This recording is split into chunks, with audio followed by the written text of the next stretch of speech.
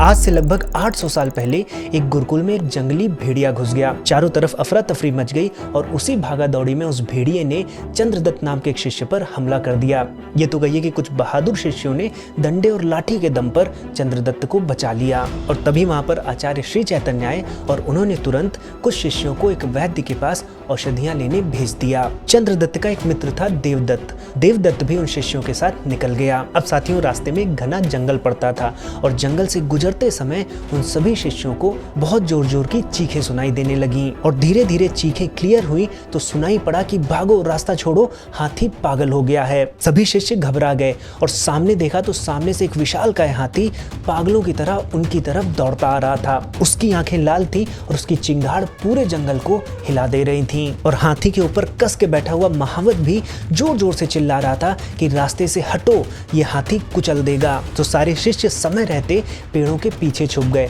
लेकिन देवदत्त कुछ समझ नहीं पाया और वो वहीं पर खड़ा रहा। उसके चेहरे पर एक शांति थी। उसने धीरे से अपनी आंखें बंद की और दोनों हाथ को जोड़कर नमस्कार करते हुए बोला कि गजदेव, आप में भी तो वही ईश्वर हैं, आप मुझे चोट नहीं पहुंचा सकते। और अगले ही पल उस पागल हाथी ने देवदत्त को अपनी सूंड पर उठाया और जोर से दूर फेंक दिया।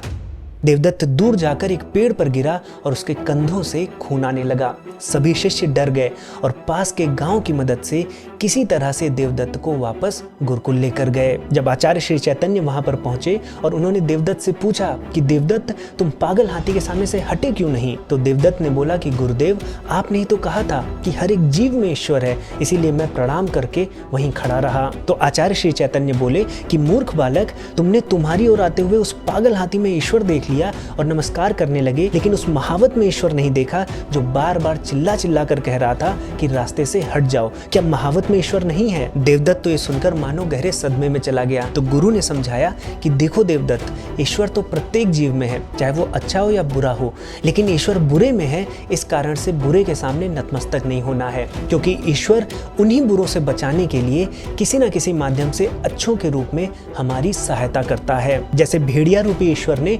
चंद्रदत्त पर हमला किया, लेकिन उसी समय शिष्यों में उपस्थित ईश्वर ने चंद्रदत्त को बचा लिया था। देवदत्त को बात तो समझ में आ गई, लेकिन मन ही मन वो सोच रहा था कि आखिर ईश्वर बुरे लोगों में होते ही क्यों हैं। देवदत्त को तो उसका उत्तर अगले दिन मिलेगा, लेकिन आपको इसका उत्तर 10 मिनट में मिल सकता है। आप हाइपर क्वेस्ट पर इस वीडियो को अभी जाकर देखिए, लिंक कैप्शन में है।